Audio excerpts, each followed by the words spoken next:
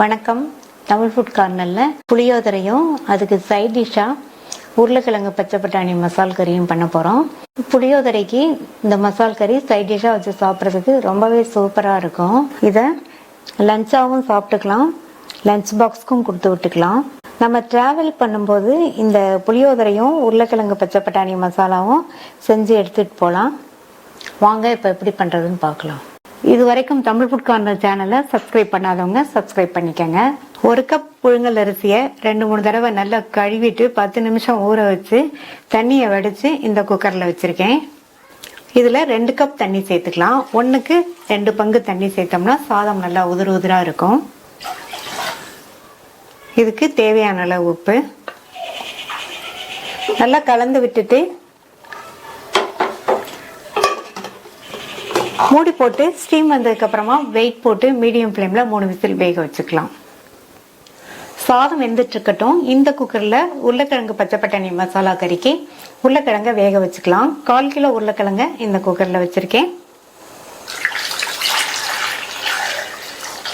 உருளைக்கிழங்கு முங்குற அளவுக்கு தண்ணி, இந்த கிழங்குக்கு தேவையான அளவு உப்பு சேர்த்து நல்லா ஒரு தடவை மிக்ஸ் பண்ணி விட்டுட்டு மூடி போட்டுடலாம். நான் பெரிய உருளைக்கிழங்குங்கிறதுனால 2 கட் பண்ணி சேர்த்துருக்கேன்.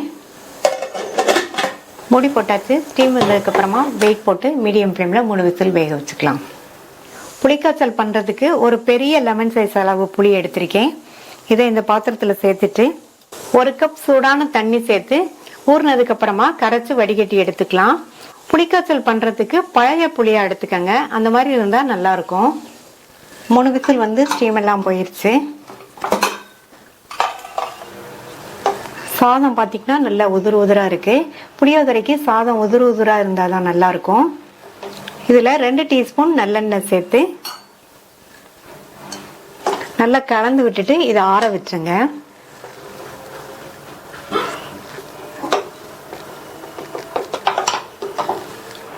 மூணு விசில் ஸ்டீம் எல்லாம் போயிடுச்சு. உருளைக்கிழங்குமே நல்லா கரெக்டாக வெந்திருக்கு பாருங்க. இந்த கிழங்கை எடுத்து வச்சு ஆறுனதுக்கு அப்புறமா தோல் உரித்து கட் பண்ணி வச்சுக்கலாம். இந்த புளியோதரையில் கடைசியில் சேர்க்கறதுக்கு ஒரு பொடி வறுத்தரைச்சிக்கலாம். அதுக்கு இந்த பேனில் 1/2 டேபிள் ஸ்பூன் கொத்தமல்லி விதை, 1/2 டேபிள் ஸ்பூன் கடலைப்பருப்பு, 1/4 டீஸ்பூன் வெந்தயம், 3 காஞ்ச மிளகாய் எல்லாத்தையும் கருகிராமல் வறுத்துக்கலாம்.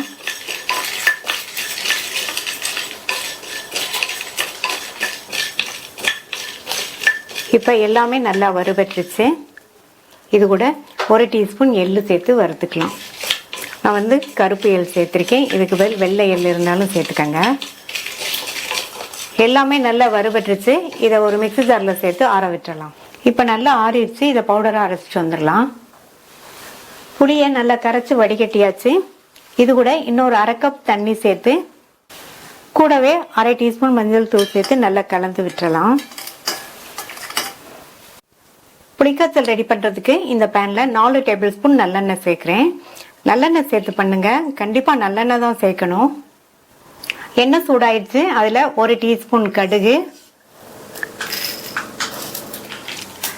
பொரிஞ்சதும் 2 டீஸ்பூன் கடலைப்பருப்பும் 2 டீஸ்பூன் உளுந்தும் சேர்த்துக்கலாம்.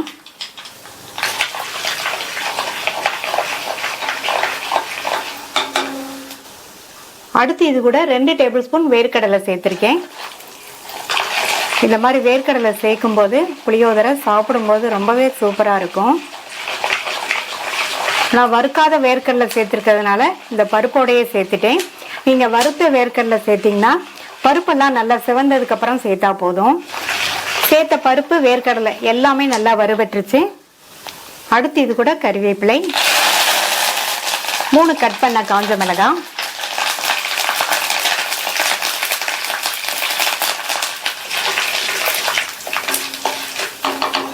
இது கூட 3/4 டீஸ்பூன் பெருங்காய பவுடர் சேர்க்கிறேன். பெருங்காய பவுடர் இந்த புளியோதரைக்கு நல்லா வாசம் கொடுக்கும்.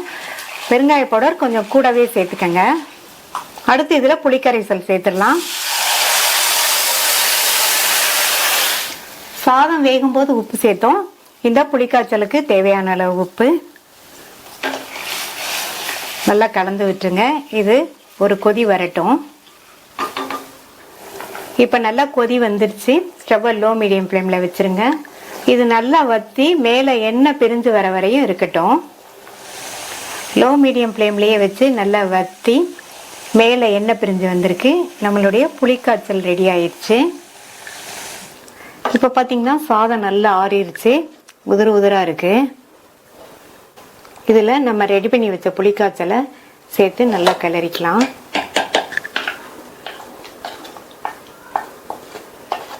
நல்லா கலந்துருங்க.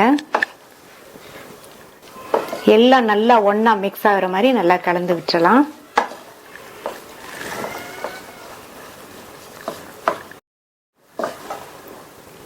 இந்த மாதிரி நல்லா கலந்து விட்டுட்டு கடைசியாக நம்ம வறுத்து பவுடர் பண்ண பொடியை சேர்த்துக்கலாம்.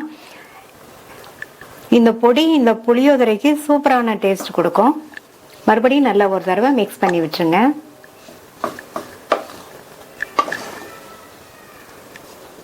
நல்லா மிக்ஸ் பண்ணிட்டு கடைசியாக இதில் எண்ணெயில் வறுத்த கறிவேப்பிலை கொஞ்சம் சேர்த்துக்கலாம். அடுத்து இதில் எண்ணெயில் வறுத்த முந்திரி கொஞ்சம் சேர்க்குறேன். இது வந்து ஆப்ஷனல் தான், விருப்பப்பட்டால் சேர்த்துக்கங்க, இல்லைன்னா ஸ்கிப் பண்ணிடலாம்.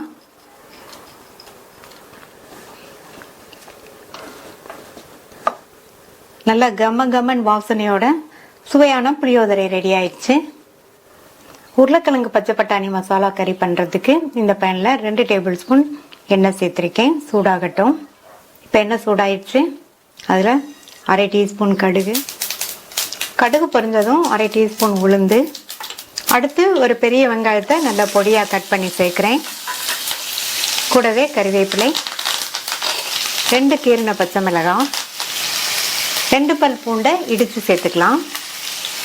இப்போ எல்லாத்தையும் நல்லா வதக்கி விட்டுக்கோங்க. இந்த வெங்காயம் வதங்கி கண்ணாடி பதம் வரட்டும்.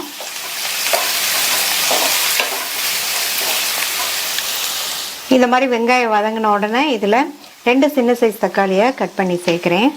கூடவே கொஞ்சம் உப்பு சேர்த்துட்டோம்னா தக்காளி நல்லா வதங்கி மசிஞ்சு வந்துடும்.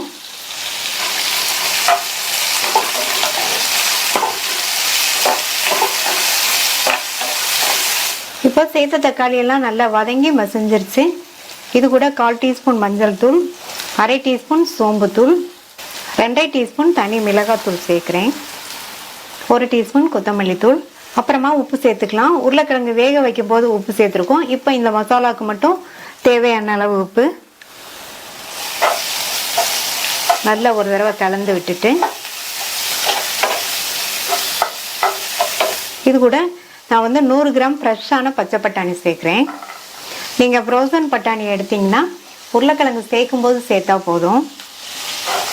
இதை இந்த மசாலாவில் நல்லா ஒரு தடவை பிரட்டி விட்டுட்டு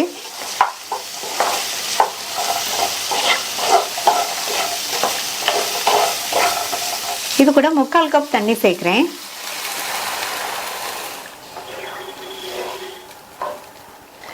மூடி வச்சிருங்க. இந்த பச்சை பட்டாணி 5 நிமிஷத்துக்கு இந்த மசாலாவோட சேர்ந்து வேகட்டும். இப்போ 5 நிமிஷம் ஆச்சு. பச்சை பட்டாணியெல்லாம் மசாலாவோட சேர்ந்து நல்லா வெந்துருச்சு. அடுத்து கட் பண்ணி வச்ச உருளைக்கிழங்கு சேர்த்துக்கலாம். சேர்த்துட்டு நல்லா கலந்து கொடுத்துடலாம். நல்லா கலந்து விட்டாச்சு. இந்த ஸ்டேஜில் செக் பண்ணி உப்பு தேவைப்பட்டால் மட்டும் சேர்த்துக்கங்க. மூடி போட்டாச்சு. மசாலாவோடு சேர்ந்து 3லேருந்து ஒரு 4 நிமிஷத்துக்கு எல்லாம் ஒன்று சேர்ந்து வேகட்டும். இப்போ 3 நிமிஷம் ஆச்சு. இதில் பொடியாக கட் பண்ண கொத்தமல்லி இலைகள் கொஞ்சம் சேர்த்துடலாம்.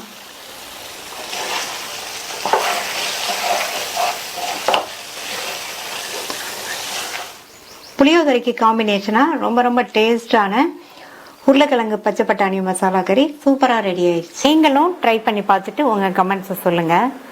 தேங்க்யூ.